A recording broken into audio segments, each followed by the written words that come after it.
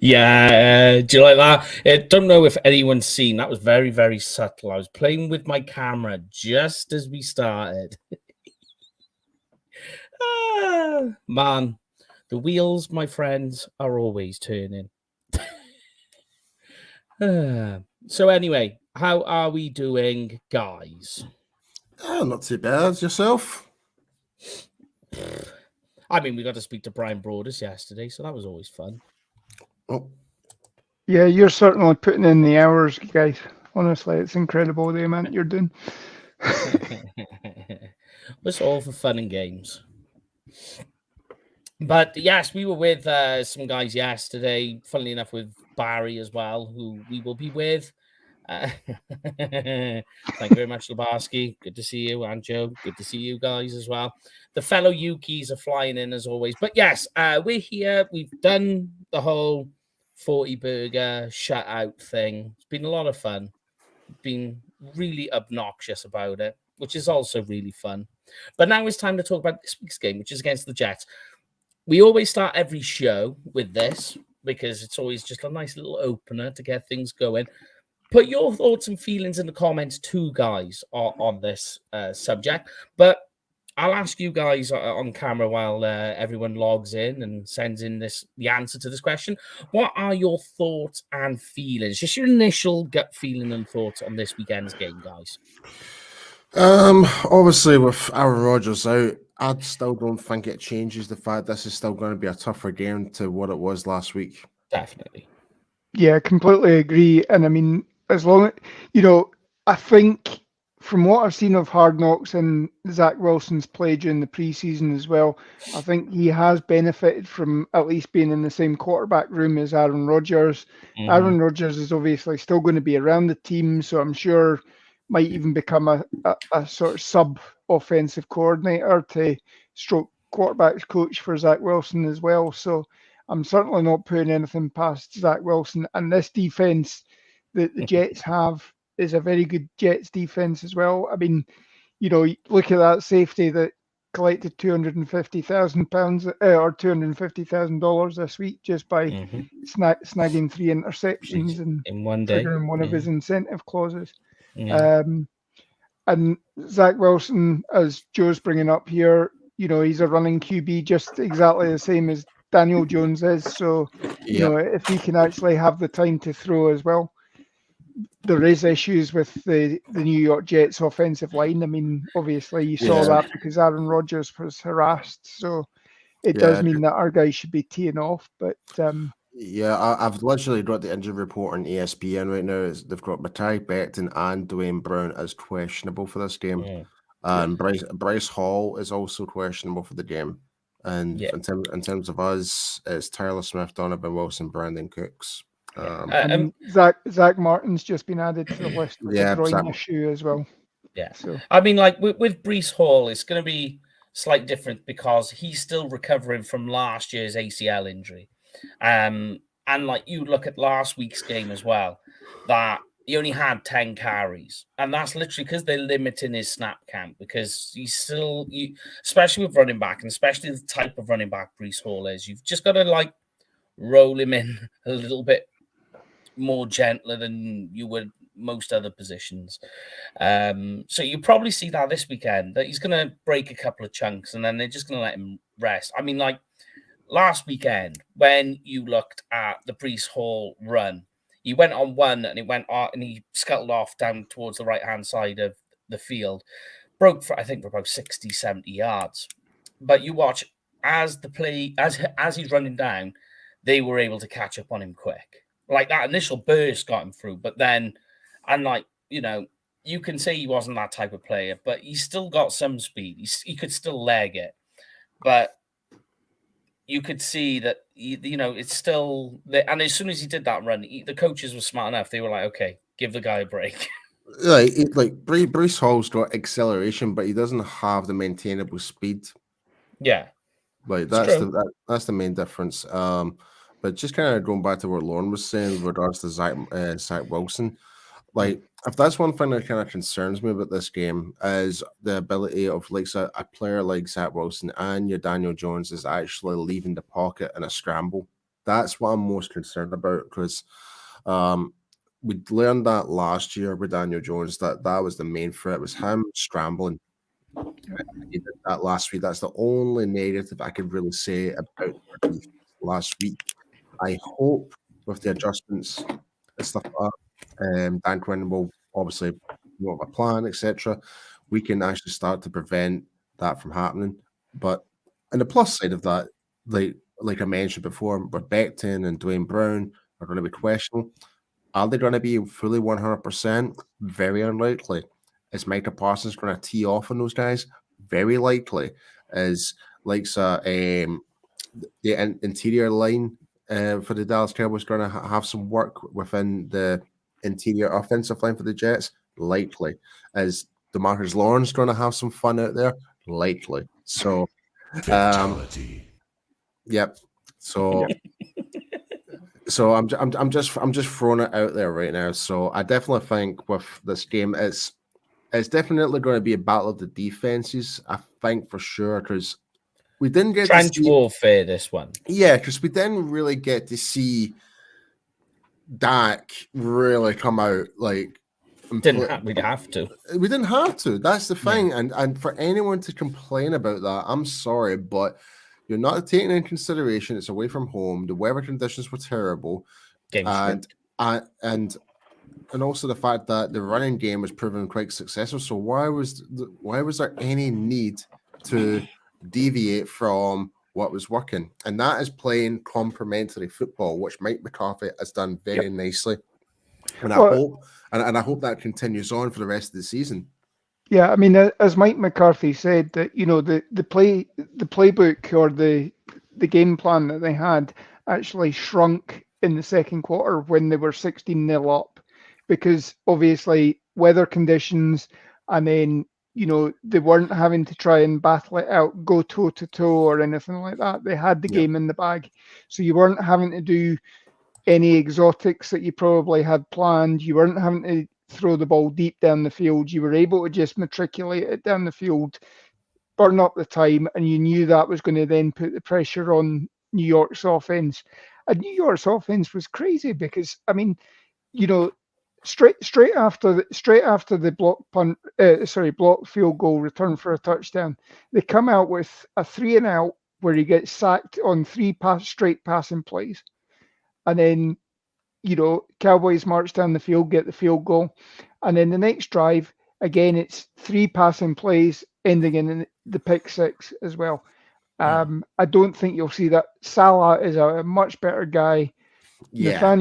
Nathaniel Hackett, while he can't hack it as a head coach, he is a good offensive coordinator. It'll be interesting to see now that he's got somebody that isn't Aaron Jones there. Is he able to game plan for somebody, of weaker skills? But, again, as I say, I mean, I quite liked what I saw from Zach Wilson, both in Hard Knocks and the preseason. So. I'm trying to remember Amanda from who we were talking to yesterday from the DC4LL fan club. She made a really good point last night on the Cowboys Experience show regards to, I'm trying to remember exactly what she said, but it was regards to, oh God, my mind just went blank. But do you remember what she made? She made a really good, valid point, and I honest to God, I cannot remember word for word, but my mind just What was it about? Blank. What was it about? Which player or which side of the ball? It was regards to the Jets. God, defensive line.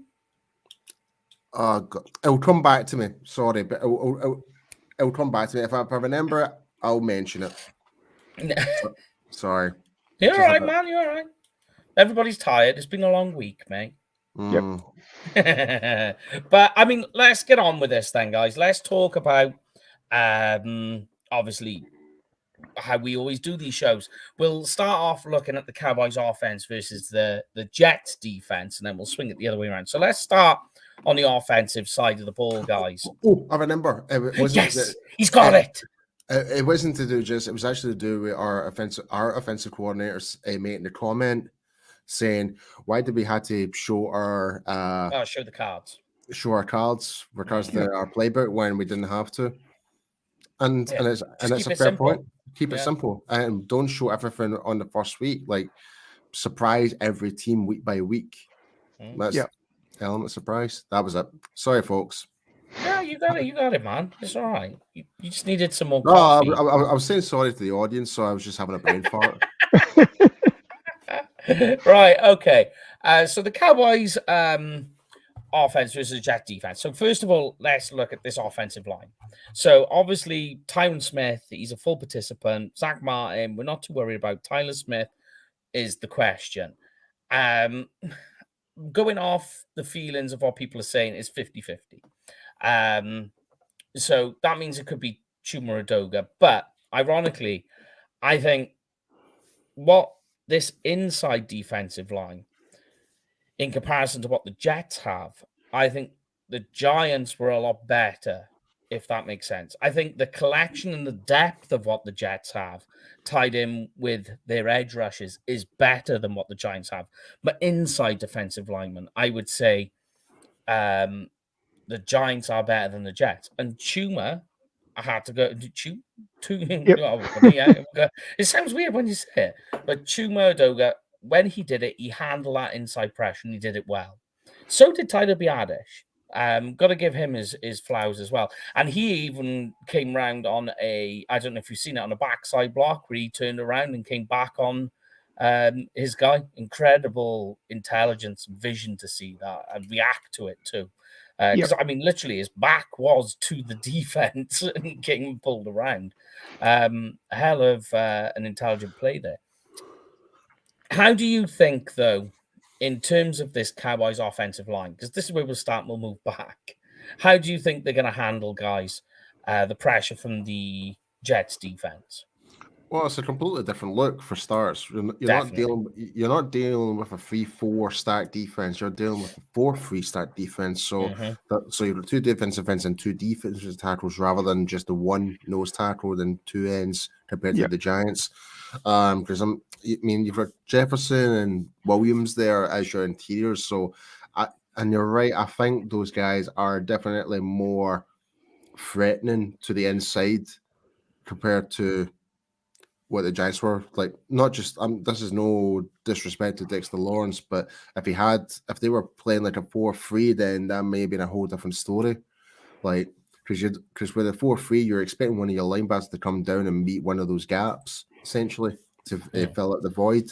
But I think it's just going to be a more stiffer test for our offensive line. But if we stick to doing the whole quick pass releases, not give the defensive line any opportunity to even get past the offensive line by letting Dak throw the ball quickly, I think we'll be okay. Yeah. I mean, one of the stats from last week is that Dak still had the quickest release of any QB in the league this last week. Something like 2.39 seconds or something like that. And bad conditions as well. Yeah, again, shows that, we are going to this West Coast style offense where it's get the ball, distribute it as quickly as possible. If we don't have Tyler Smith, and again, he's not practiced at all today, and the Thursday is quite that's their padded practice, and they then tail it back on Friday and then have another round on the Saturday. So as you say, it's looking 50-50 whether he plays. You've at least got Chuma Udoga, who has experience of going up against these guys in practice, so will understand some of their nuances as well. Maybe gives him a little bit of insight, might help him. And as I'd said a couple of weeks ago, when you're replacing just one piece of an offensive line, it's not so bad. It's not too bad. It's when you're talking about two or three people, and heaven forbid that, obviously Zach Martin's been added to the list today.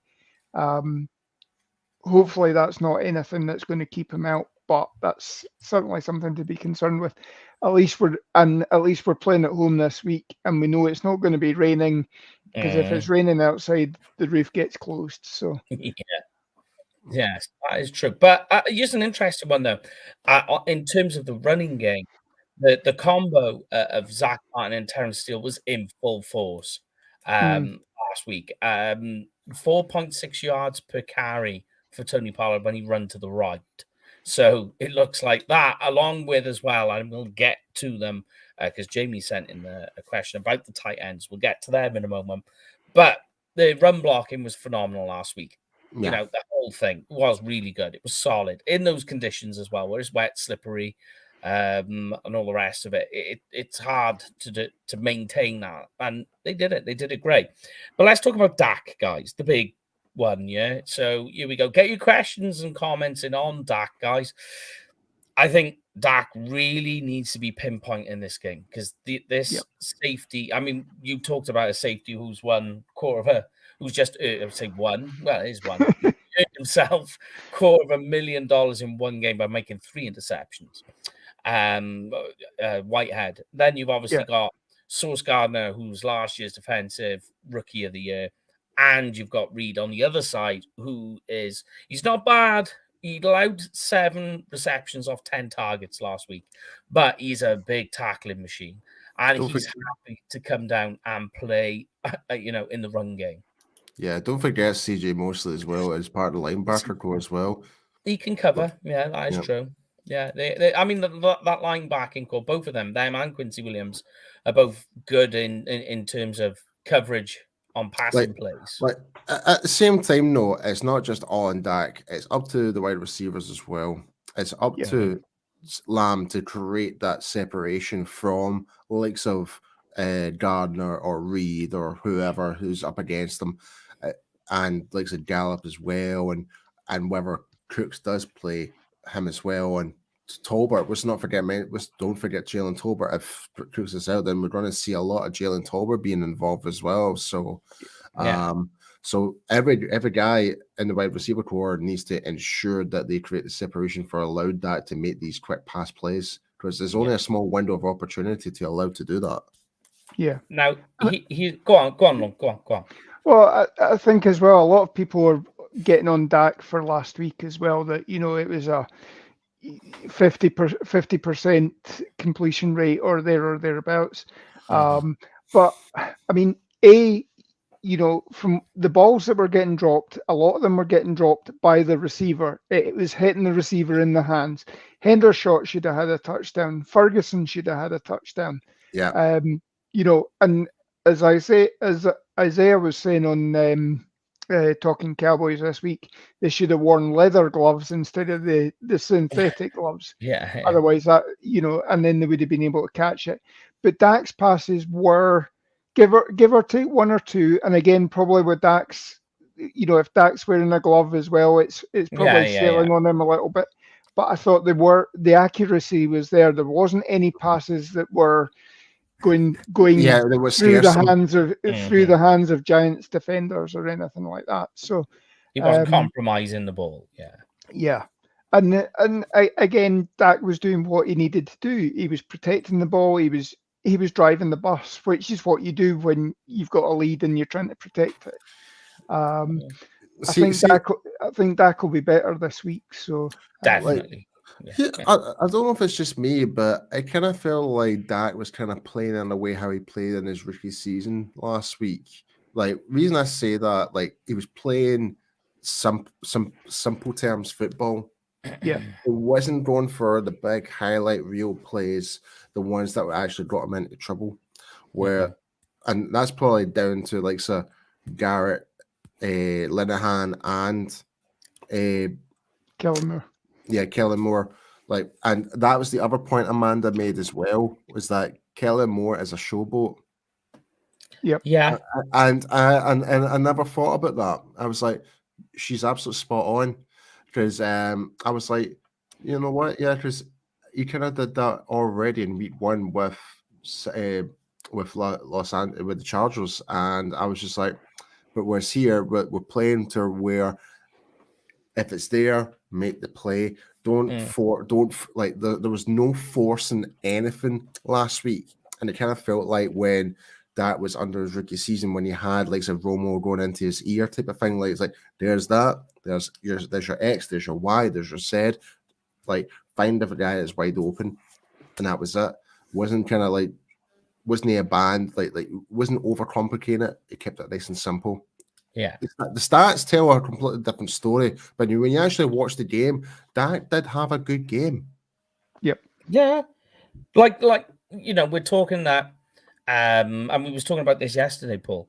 That what they asked Dak to do is to be the leader of the offense, to ensure people were in the right place, that the plays were looking good. If he needed to check or to change the plays, he was there to do that. But they also said, look, this play, we do have to throw the ball. So just make it accurate and deliver it. And he did. He did exactly that. When they asked him to do it, he did it. Didn't throw any interceptions. Like you say, the balls went sailing. There was one or two skips, which you can say, some of them will happen. I'd rather it bounce off the ground than off a hand, mind. Yep. But, I think the only issue going for him in this game is the same issue that's going to be facing Zach Wilson, is that they've got very reliable defensive backs with a very decent pass rush, and the two combined are hell. The only good thing I will say, though, is how well Dak performs under pressure. Yeah.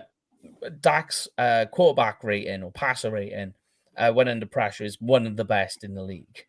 It's kind of like, in some reason, why some defensives step off a little bit. They kind of like go, no, don't pressure him because he's really good. Like, give him a clean pocket because that's when he's bad. It's a weird way it works. I don't know why. But I think if they're going to ask him to attack the middle of the field, it's where he's least accurate, but it's also where the Jets are weakest. It's almost like a weakness on weakness. So the tight ends, let's talk about that, guys, and then we'll talk about the wide receivers and the running backs, and then we'll move to defense. But these tight ends, last week, a lot of people complaining about, the missed drops from the tight ends. I think what they did as run blockers was phenomenal. That was really good. That was important what they did, and it helped set touchdowns up. Yeah. Do we think that we're going to see a much improved receiving game from these tight ends? Because they're going to be extremely vital in this game. Because last week for the Buffalo Bills, they showed you use your tight ends, attack the middle of the field on this Jets defense, and you'll give it up. Yeah. No, I totally agree. I think the likes of Ferguson, Hendershot, and possibly Shoemaker, depending on how much he's involved. Yeah. I think it's a really important game, especially if you're approaching up to the likes of the red zone, especially. So, I mean, they shouldn't have any excuses for this game going forward. Like, we're going to be at home. There's going to be no weather depending on the grip of your glove or whatever and that. So there should be no reason. And we don't know what the weather forecast is because we don't know if there's going to be the massive glare that comes through the side of AT&T Stadium that blinds one side of the field. Yeah. So if there's none of that, then there should be no excuses. But I expect a big game from the tight ends this weekend. Yeah. I mean, they're going to be really important in terms of receiving game. Lorne, here we go then. Obviously, we've seen Dak throw balls to Ferguson and Hendershot. Schoonmaker was completely uninvolved in the receiving game. Do we see a bit more of that this week, or do you think they're just going to stick to what they know and bring him in, ease him in a bit by bit as the season progresses? Like, this is too early for him to get involved in. I think it will be. He is playing catch up because he obviously missed a lot of the OTAs and half a training camp as well, rehabbing the plantar fasciitis. Yes. But I think this could be a week. Again, there will be weeks by having three quality tight ends that we hope they are. You have them up. You play two and have them record stats 1 week. You bring this other guy in. Oh, wait a minute, he's only a run blocker, and you swing him out. And nobody, he didn't catch a lot of passes in Michigan, but Cowboys have obviously seen something with his training, with his skills. They reckon they can get something out of him, and other teams in the league probably have downplayed that. So they're, again, by having them not record anything last week, you've got something to build on this week as well. And I thought, again, going back to the scheme as well, I mean, the rub routes that we were running last week was getting the tight ends open. It was just a case of them not catching the ball. I think this offense is designed to get people open and get them open quickly as well. And it will be short passes to tight ends. So you will see the rise of Schoonmaker and a little bit more of Ferguson and the Hendershot this week as well. So good to see the MA is back in the building. He was with us last night too. But yeah, let's talk then, guys, about the other wide receivers, CeeDee Lamb, and we'll talk first of all about Brandon Cooks as well. Brandon Cooks obviously is dealing with has been reported today, sprained MCL. You got asked about it yesterday, and he actually said there's no reason why he can't see himself playing this weekend. Could just be words. Could just be a play. We don't know.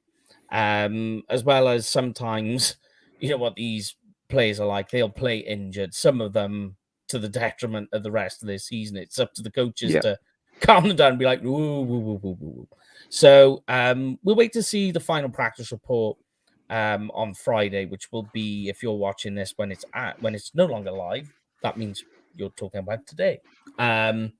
So we'll see how that crops up. It doesn't sound serious, but you don't want, especially, I think, with the style of wide receiver Brandon Cooks is, that you want to push him to, because he's this electrifying speedster who just comes out the block fast. A sprained MCL is not what you want with that type of receiver, not with any, but particularly with him. I mean, do we forecast him playing, guys? What do you think? Or do you just think wait and see? Lauren? I'd say wait and see, to be honest. The fact that obviously when you were talking to Christy Scales last night, it was just a little bit of irritation or something like that, and then it's gone to being an MCL sprain today, and you'd initially come onto our group and said it was MCL. You hadn't said whether it was a complete rupture or whatever. And there is a concern when you sprained it, there is a concern that you do lasting damage to it if you go out too early on it. And it just depends. Again, it depends on the severity of the sprain as well. It's much the same way that we're talking about Tyler Smith and whether he can play or not. It's a little bit concerning because then you're calling on Gallup to step up, and I think Gallup had a couple of nice plays last week, but didn't really get on the stat board. There was a long pass down the sideline that they tried, and if he, again, it was inches outside that, stopped him getting a reception there. But you saw the way Brandon Cooks schooled the rookie defensive back last week, and that's certainly a big piece of this offense as well. Yeah. And again, Brandon Cooks has done a good job with Jalen Tolbert, but we need to see Jalen Tolbert actually put it into practice in a game as well. So if Cooks is down, there's extra reliance on Tolbert as well this week. Don't forget Jalen Brooks as well. Yeah, who knows? It could be depending on the situation. It may be better suited for Brooks compared to Tolbert. Yeah, because I think here's the way I would like to see it go out. Is I actually think you keep, because Sauce Gardner is going to control the right hand side of the field. He's going to lock that side down. Yep. So if you're going to have Jalen Tolbert go out there, have him go out there and do that.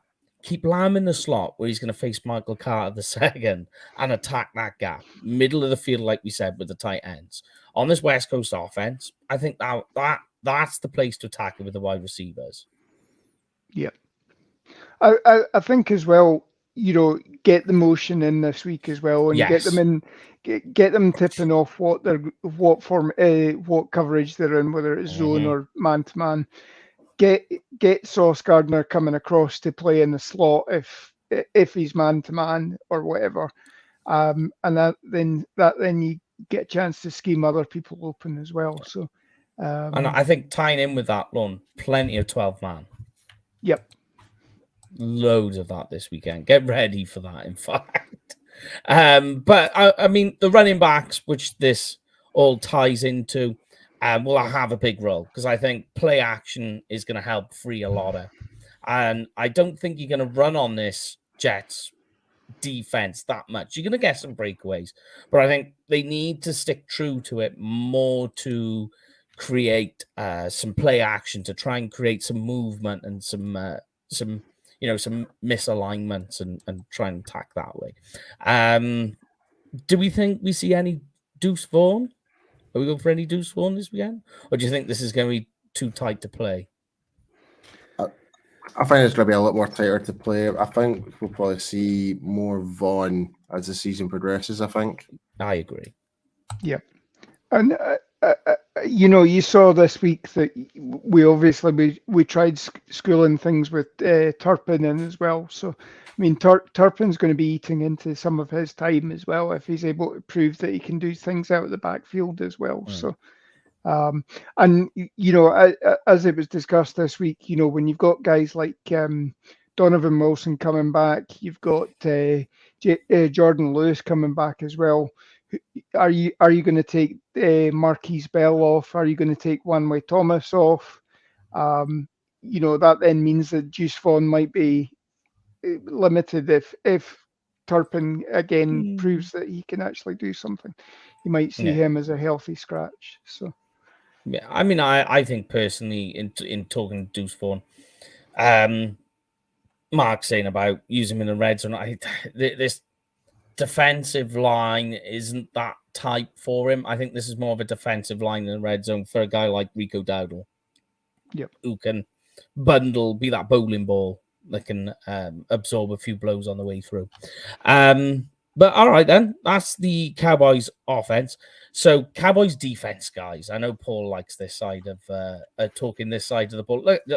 Straight away, he's got a cheeky little smile. Look. He's barely listening and he heard defense and he smiled. So, all right, guys. This team last week didn't allow a single point. 67 or 63 net yards, which is just crazy. But they're facing Zach Wilson this weekend. Their offensive line can be attacked on the tackles. We've seen now that they're on the injury report, so that's even further again an issue.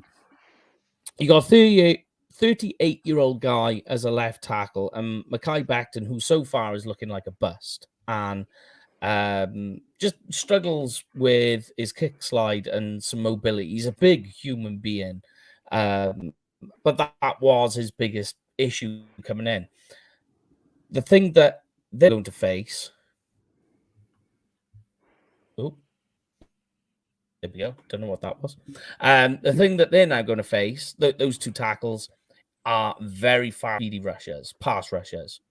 What's the plan for this pass rush going forward then, guys? Give it to me. Who are going to be your standouts? Parsons certainly is going to play a lot more snaps this weekend. I'm going to say Jonathan Hankins. Nope. Yeah, I think it's all going to start. It's all going to definite. Yeah, it's all going to start up front because you've got to limit Hall and Dalvin Cook, and get them into the passing situation. Put the pressure on Zach Wilson, and you can do that. Obviously, switching Micah around the line, up and down the line, blitzing him from a linebacker situation or whatever.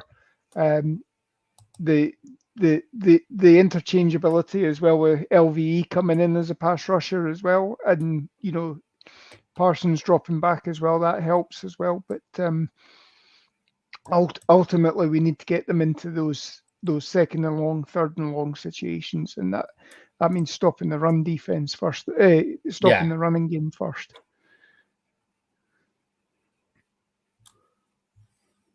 I agree.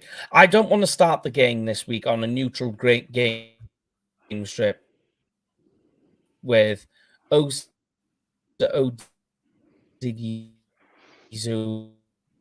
and Chance Colston side, but neutral game script. Let's slow the run down, which is what the problem was at the start of last week's game. Who do we see more Mazzy Smith this weekend?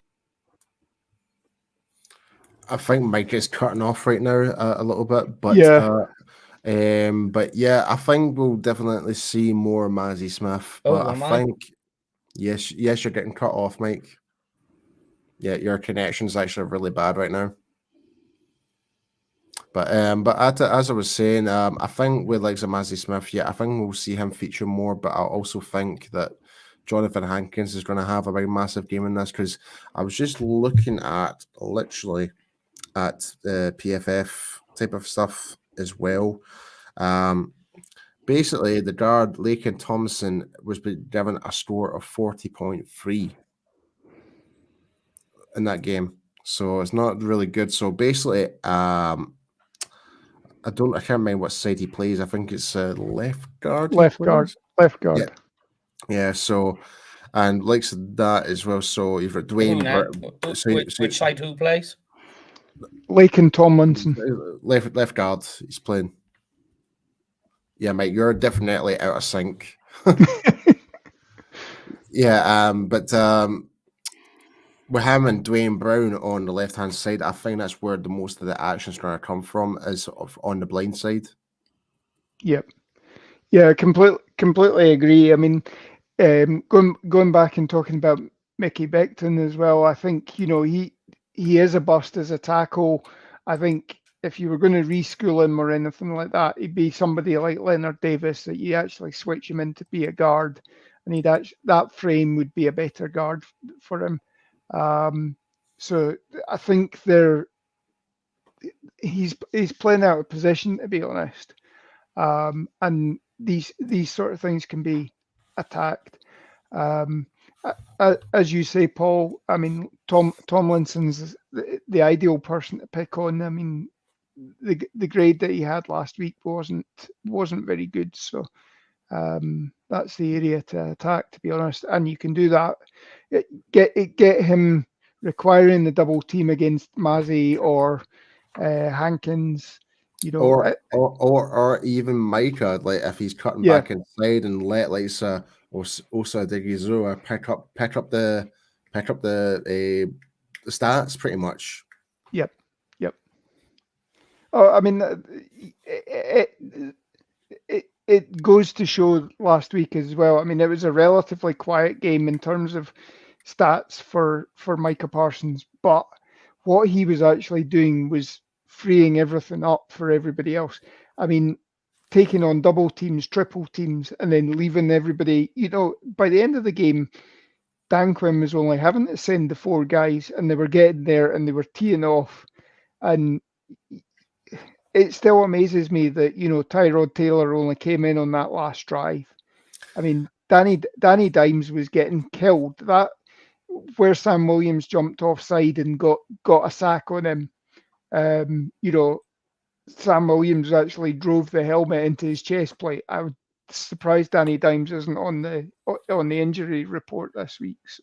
Yeah, that's one thing me and Mike were watching. We were watching Giants fans' reactions at one point on Tuesday after the show, just to get their thought process, and they were like, after was it 33-0? Yep. They were like, what's the point keeping Daniel Jones in? Like, just get Tyrod Taylor in, blah, blah, blah, blah. And they were just absolutely dumbfounded the fact that Brian Doble basically kept him in all that time to basically get slaughtered to the Wolves, pretty much. Yep. That's not good coaching, I don't think. You back okay with us, Mike? You back there, Mike? How am I doing now? How's my internet connection? You seem to be. I'm here. Seem to be half. But everybody's bouncing around and you're all echoey. No, it's definitely you, mate. Yeah, am I there? Definitely you. Yeah. No, you're there, but it's definitely me. I can see it's me. It's dragging in and out. I'm about to swear there for a second. I was about to tell him he's half a second out of sync, and he keeps jumping in while I'm talking.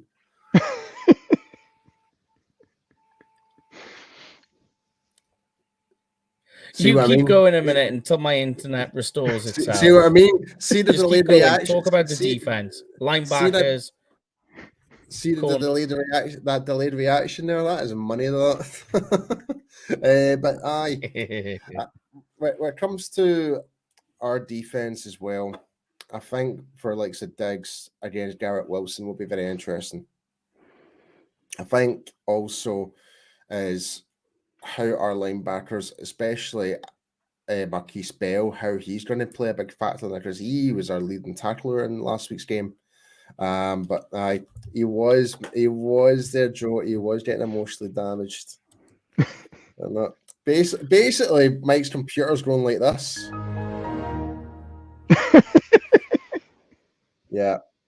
So Windows shut down.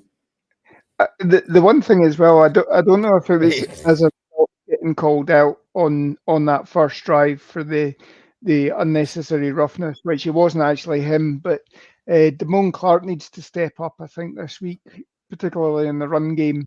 He didn't necessarily have a bad game, but after that, after getting called for unnecessary roughness, he was sort of more there as a sort of combined tackle. It wasn't that he was coming in and making the tackle as a solo tackle or anything like that. So he was just a little bit slow to the party almost. And that needs to improve this week, especially if you are going up against Dalvin Cook and Hall as well. So I'll tell you something though. If there's one player I'm actually going to be keeping my close eye on in this game, is actually going to be Dorrance Armstrong. That's who I'm really like. I'd like to see how he's going to keep progressing because he actually had a good game last week as well, and he's continued that from last season. The season that we wanted Dorrance Armstrong to be became what we wanted him to be. So I like to see him keep growing in that projection right now. Because he is the forgotten man. Like, he is the guy that is picking up tackles, but he's not the one that gets mentioned quite a lot. It always seems to be D-Law, Parsons, and now it's going to be like Hankins and Mazzie Smith, because they're the starters. But no one talks about the rotational guys as much. Yep. You good there, Mike? Are you still half a second behind? Yeah. I'm going to try just turning this off and coming back on again now. See if that does something. No worries. Did you all switch on and off? There we go. But while Mike's setting back that now. up, You guys keep talking. Yeah. Yep. So while Mike is actually resolving his internet connection, we'll get your guys' comments in. So guys, get your comments in. Let us know what you guys want to talk about the game, what matchups you guys are looking forward to. Let us know. But let's have a wee look just now, because we did notice, wouldn't necessarily questions, but Mike and Mark Anthony, good seeing you again, good sir. He said Michael Gallup could have a big game this week.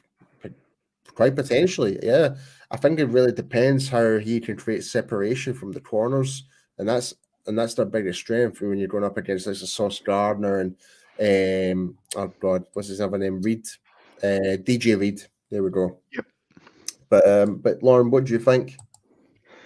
I think this week, I think it's going to be likely it's going to be a good week for the wide receivers, to be honest. I think just the way this West Coast offense, it doesn't, if you can get off on the line, get yourself open immediately, and get the ball at speed, that allows you to move the ball down the field. And, you saw some of these guys breaking tackles when they made the catch as well. So it is all about the yak yards, as they say. So from that point of view, equally, sticking to the defense as well, I think this is a big week for our defensive backs. Obviously Gilmore showed that, he's got the skills. Diggs stepped up. I thought Diggs has really had probably one of his best games last week. Again, not statistically in terms of he wasn't picking the ball off left, right, and centre. But I mean, he's been maligned in previous years for not being physical, particularly that 49ers game where he whiffed on Kittle or pulled up at the last second and hoped that just being in the area was going to it'd be enough to knock Kittle off the run there. But to actually go in and separate the ball, and then he gave up the catch, but he made up for it by yanking the ball out before the receiver went down as well. Got the fumble there as well. So he was responsible for two of those turnovers last week. And again, kept everybody quiet generally. So, and then as I say, you got Gilmore, you got Bland as well, who's picked up from last season as well. So this defensive backfield, I think, and they need to be ready, because Garrett Wilson, I mean, that catch that he made, that realistically was probably going to be an interception if he hadn't got his hand on it to what you thought was going to break the pass up, and he actually ended up catching it one-handed, back of the hand, that sort of thing, for the touchdown. But opposite him, you've got Alan Lazard, you've got Randall Hill on this team as well. Randall Cobb as well. So they're Aaron Rodgers guys, but they know how to.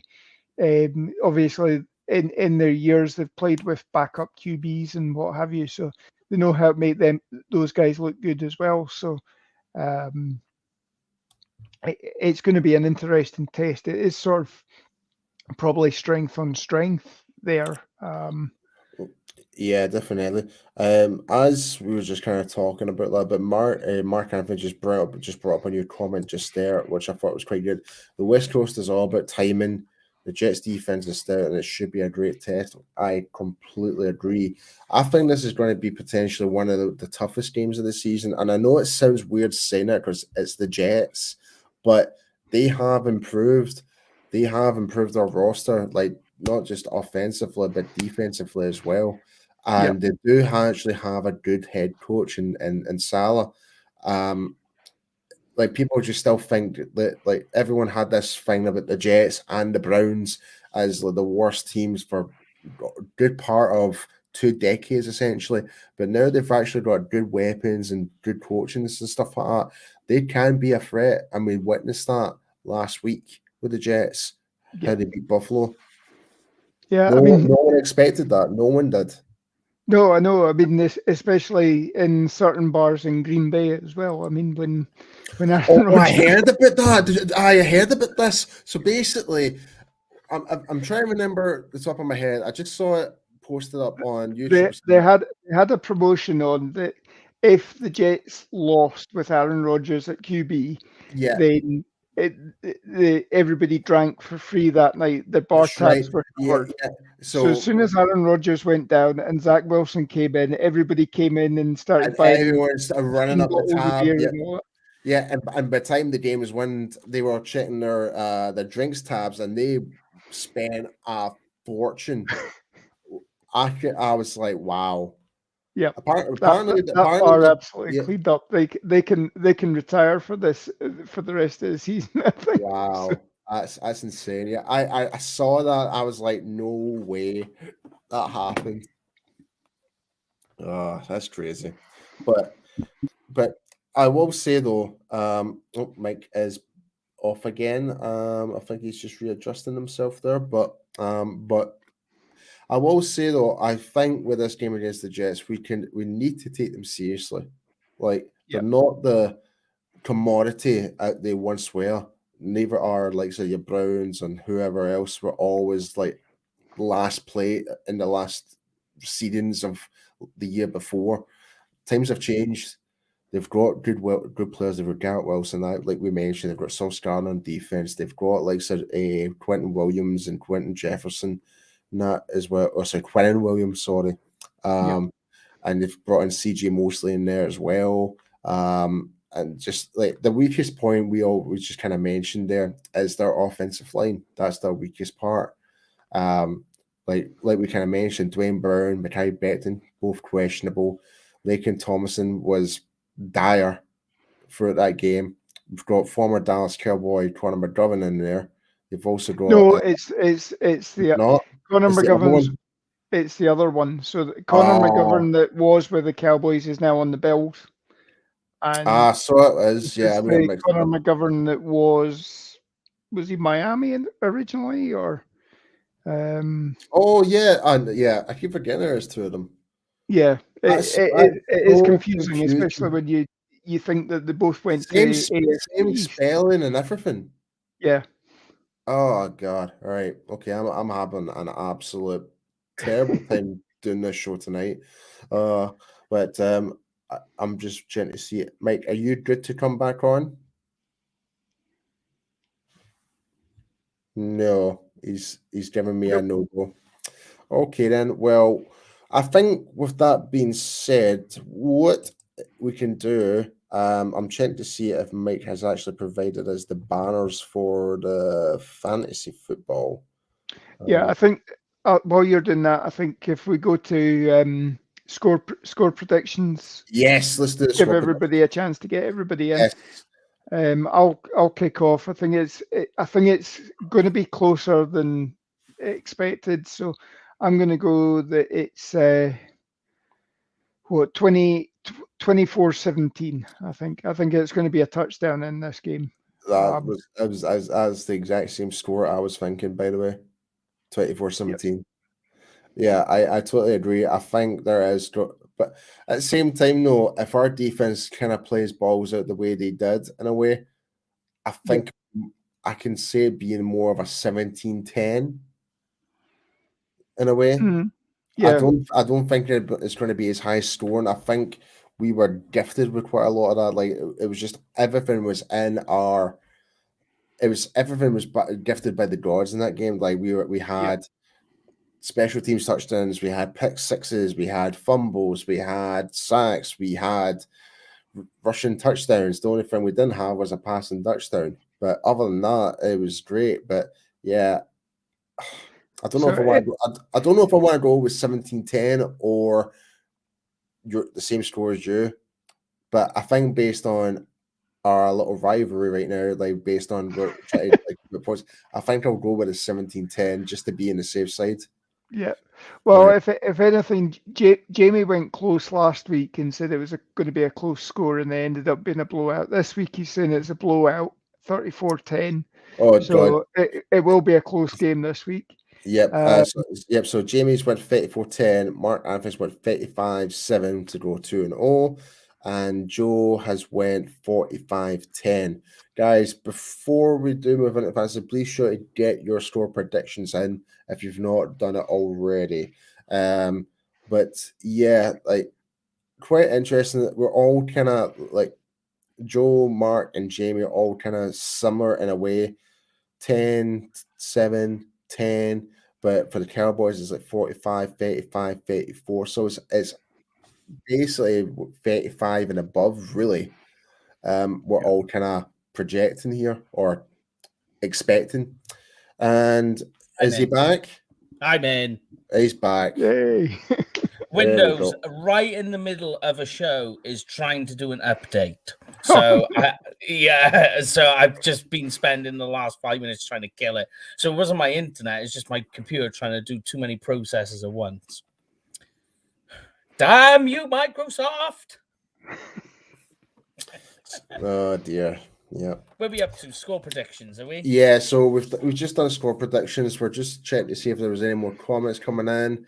And Jamie just made a wee comment there. It's 68 days till we come over for the Thanksgiving game. 68 days. So we're excited. Just so you know, I just bought a turkey hat. Oh, sorry, my brother has bought a turkey hat, which I will be wearing at the game. We'll be wearing at the game. I am not wearing a turkey hat.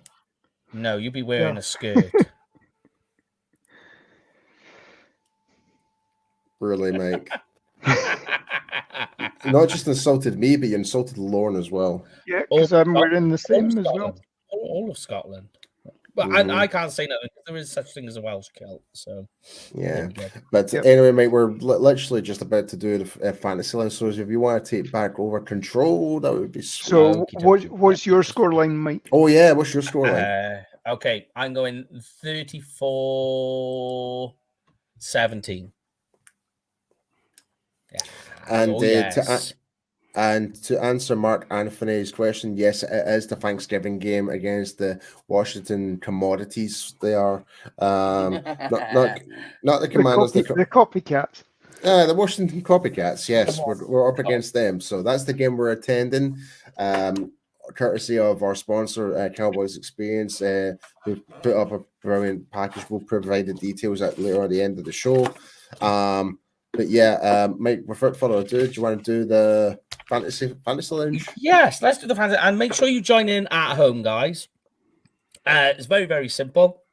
We give you the score provided by NFL.com and their fantasy department. All you got to do is tell us whether you think it's going to be higher or lower. But before we do that, last week's scores are in.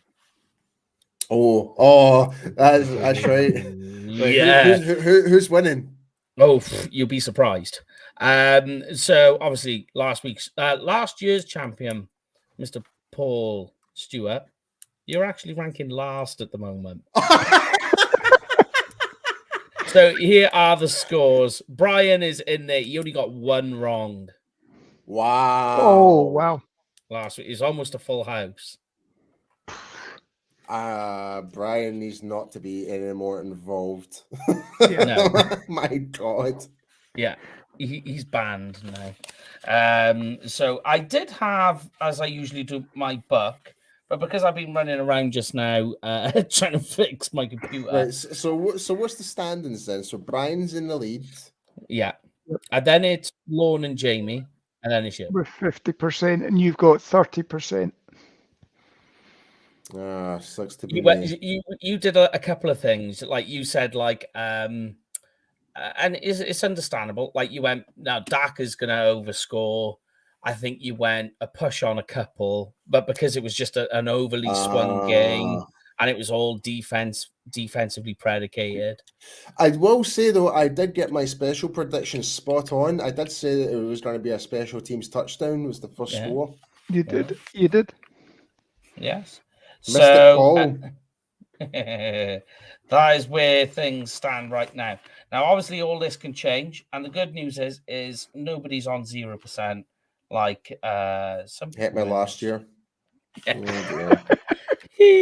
So let's get into it. He's gonna hate us so much for that, honestly. Oh, your heart goes out to Heckma though last week because he was doing a high school football game that had a 3.5 hour lightning delay in the middle of it. So it actually it started at 7 p.m. Central and finished at 12 minutes past 1 in the morning. Oh dear. But anyhow, fantasy, let's get this ball rolling. Goose egg, Harrison. All right. So let's do this. All right. So make sure you play along at home, guys. Write them down if you want and let us know how many you got right. I'll take note for you. I can't do it with everybody because I don't know who you're asking about or answering about, and there's too many people commenting on some of these. So first of all, okay, let's get into it. Dak Prescott, 17.3 fantasy points. Lauren, you take the honors this time because you were in the lead.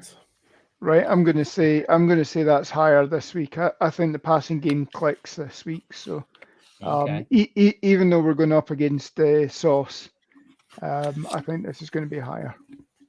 Okay, Joe has went higher. Jamie, get your scores in because you're involved in this as well. Yeah. If he does, I will mark it down. So I'll put him down in here. Right. There we go. Yeah, Labarsky's going higher. Yep, Labarsky's went higher. We're just waiting on Jamie for Go that on, one. you give me your answer while we're waiting. Tell me what you think. So 17.3 points, and that's PPR. Mm-hmm. Higher.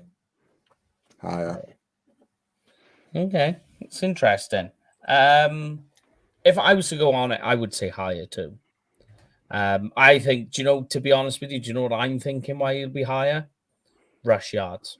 That he's going to do a little bit of the old ruskies into the flats and then out and get some first downs that way. Then it's all over. Jamie's went higher. There we go. Yeah, so we're on agreement with that one. So Tony Pollard, 15.8 fantasy points. Last week against the Bills, they allowed only 94 rush yards. And again, I think the way that the running game is schemed on this as well. I think it's going to be much the same, that you're going to see Pollard get about 14, 15 carries, and then it's split between the others as well. So it's not the same as previous years where Zeke was a workhorse back. I think it is pretty much going to be, everybody's going to be there or thereabouts, 40, 50 yards or so, and it's just whether you've got touchdowns added on or not. So I'm going to go. Look at this one. We've got our first push. I'm going push on that one as well. We're going push. Oh, All right, God. that's plus or minus a point either way. Yep. Oh God, yeah. I was going to go push as well. All right, push for Paul. A push for Paul. I like that. Oh no, wait. Actually, Lebowski just made a good point. I'm going higher. All right. We'll go. Yeah, screw you, Lauren. Right. Okay. Gotta change it up, mate. Gotta change it up. And Jamie's going higher. I'm after reclaiming my crown. Hey, Paul, at least you're going to be winning the golf on Sunday anyway, mate. So don't worry. Yeah. That's going to be good. CD Lamb, guys, 16.4 fantasy points. Got you on deck. I think that it's around higher. there. I do see. I think it's around there. I'm going higher. I'm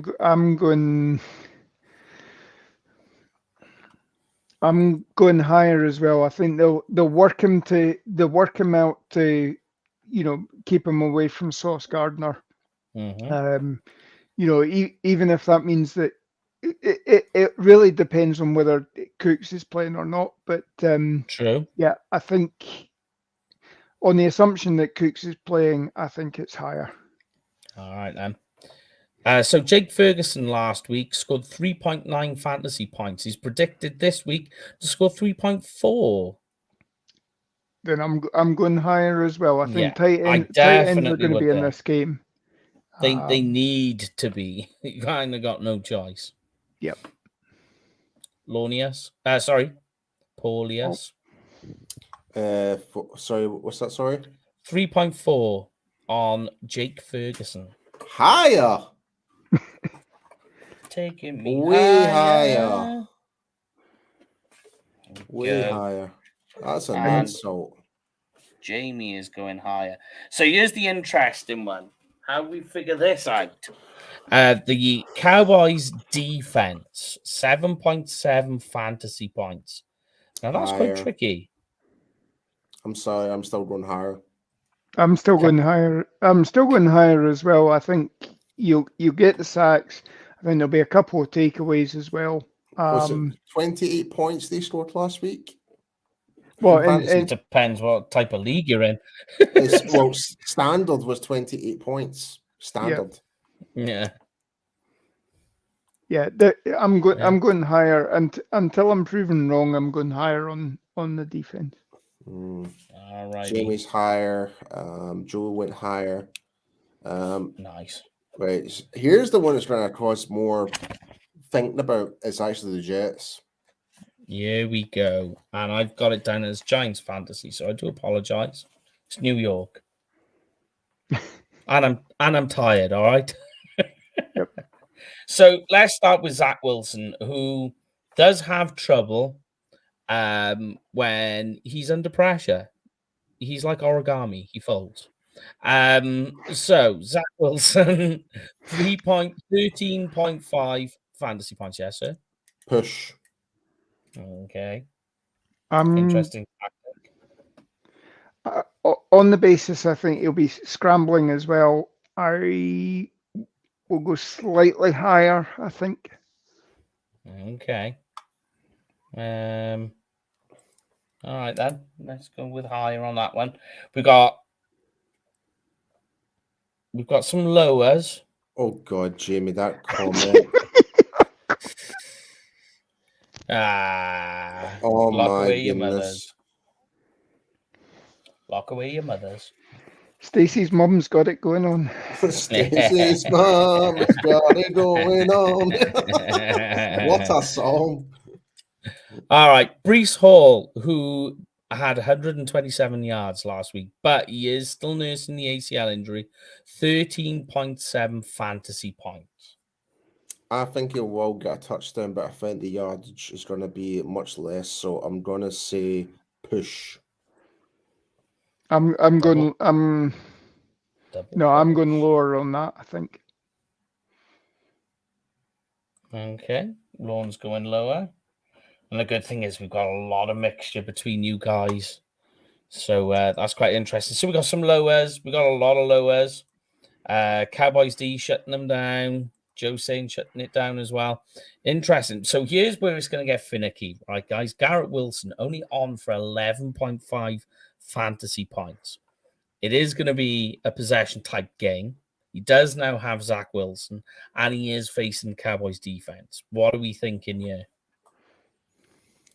Lower. Paul.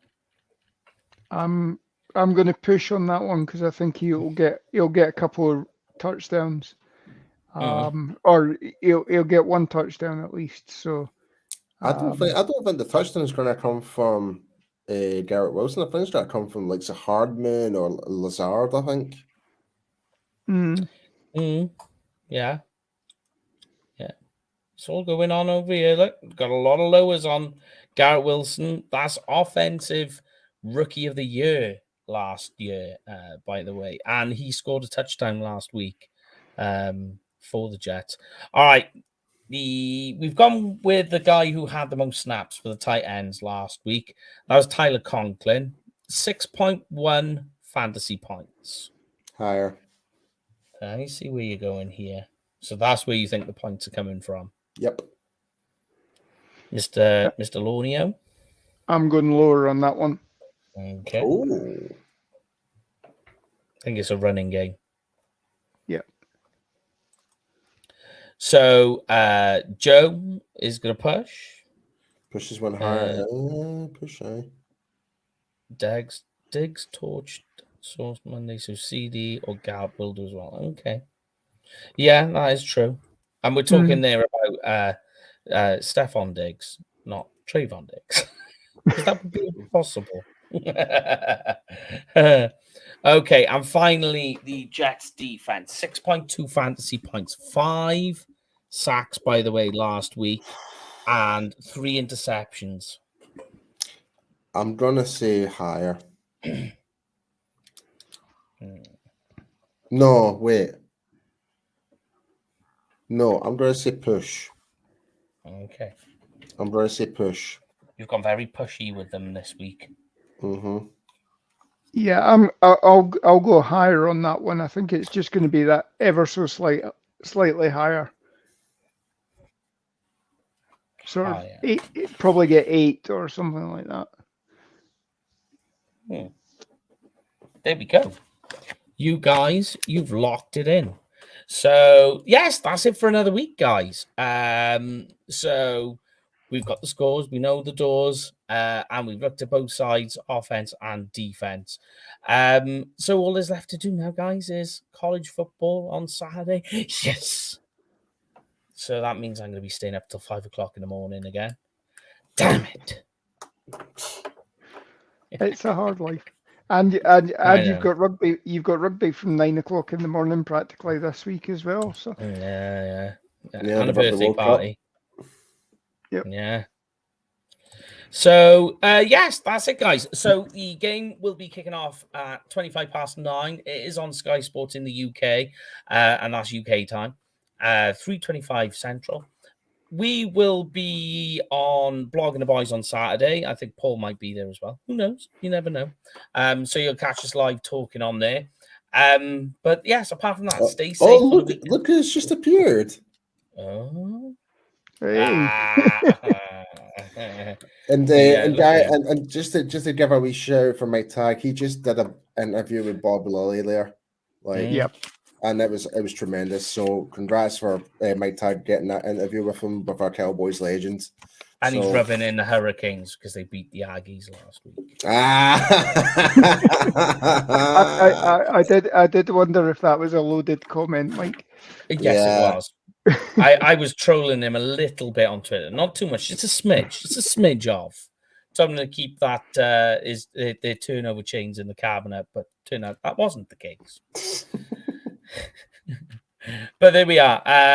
So yes, stay safe, guys. On the weekend, we will be back on Tuesday, same time, 9 p.m. UK time, to review this weekend's game. Hopefully, the Cowboys get redemption from the last time when they played with Sam Darnold and the Cowboys lost. Yeah, we'll get redemption. We'll get redemption. Yeah, let's just not talk about that last game against the Jets. But yes, we, as always, guys, stay safe. You guys have been awesome. And as we always do, these guys have the final say as we leave. Yeah, guys, as usual, Dallas forever, Philly for never, and let's go Cowboys. Yep, have a great week, guys. We'll be back next week to talk about another victory.